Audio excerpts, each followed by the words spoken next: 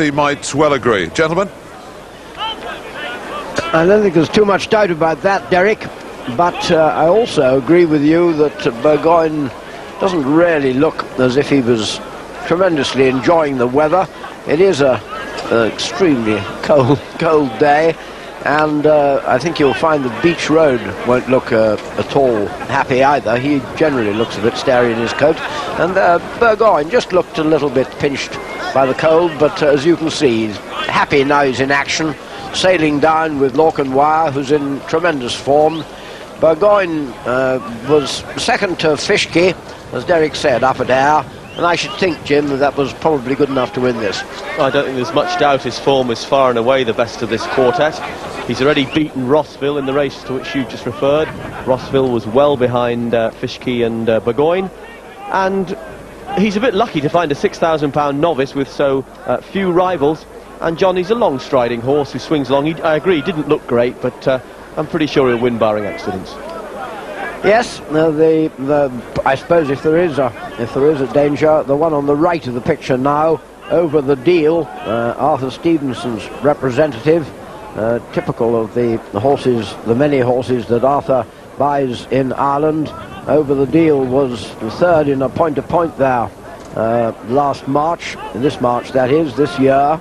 I don't think that necessarily proves anything, but he didn't run that badly behind Antiguan Smile in the novice hurdle on this course.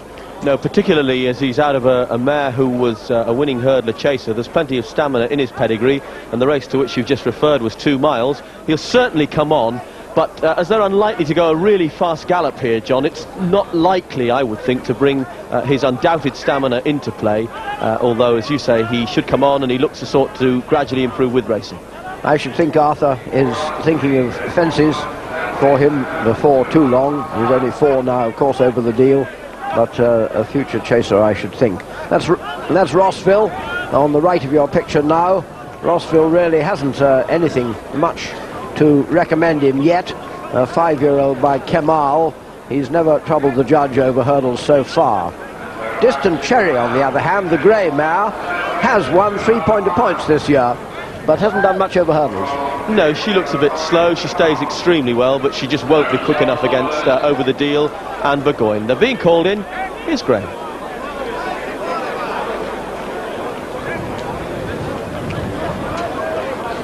They're lining up for this 2.5-mile trip.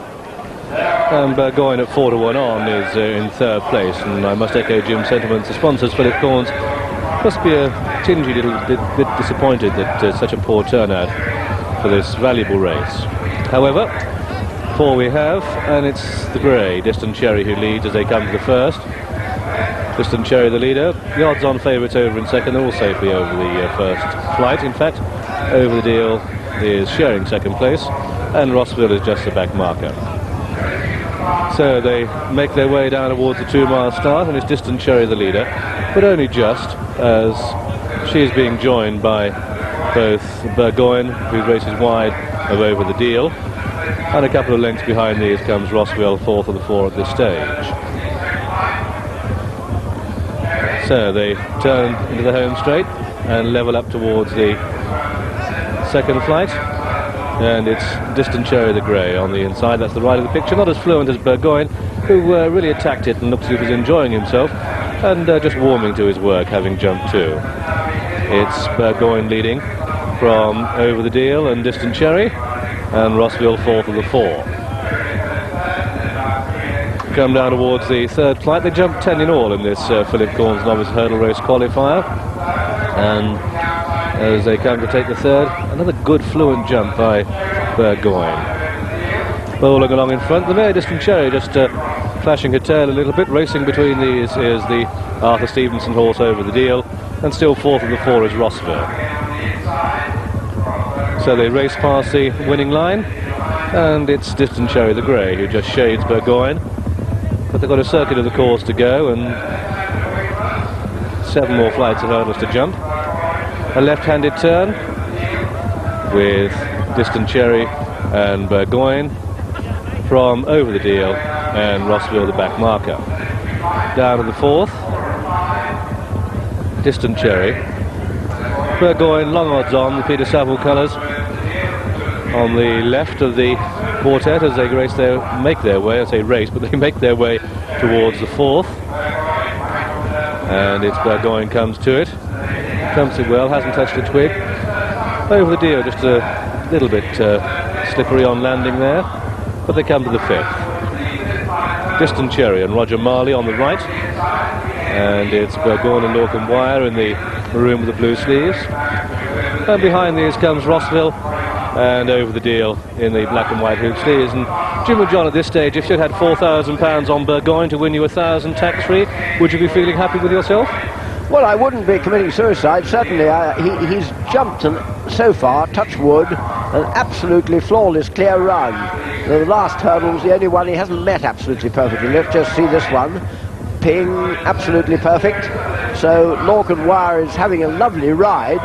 On the other hand, they haven't gone any gallop, and all the others, notably Over the Deal, are still going very well.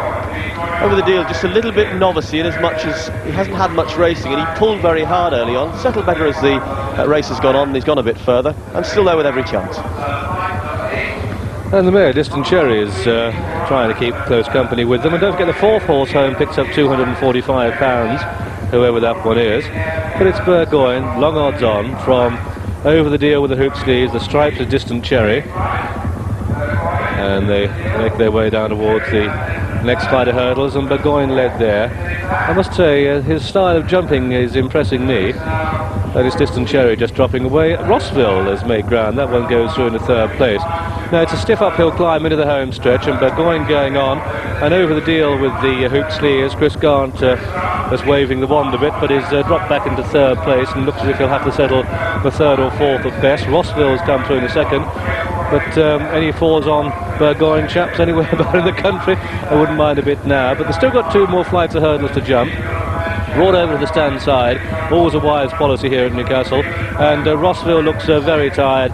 Over the Deal's back in third, and Distant Cherry is out of it now. And as they come down towards the final flight, just an education exercise this for Burgoyne. He's going to have to jump this flight of hurdles that he's coming to now, 20 lengths clear of the second horse at slightly faster pace.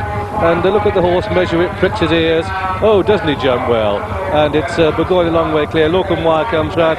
That's a very tired Rossville jumping, and that's, oh dear, very slow indeed was Over the Deal. But it's an exercise gallop this for Burgoyne in the colours of Peter Saville, trained at Moulton by Peter Easterby and ridden by Lorcan-Wire, for whom Burgoyne is the 19th winner of the season, officially declared now. And on the run in, well, we're going to have a bit of drama here, because Rossville is very slow indeed and picked on the post by Over the Deal. Over the Deal finishes second, Rossville third, and Distant Cherry is in fourth. And so the result of this, the Philip Corns Novice Hurdle Race Qualifier, it's a win in facile style for number 2 Burgoyne. Second was number 3 Over the Deal, who outstayed the third horse home, number 1 Rossville, on the run in. 4-1 on favourite.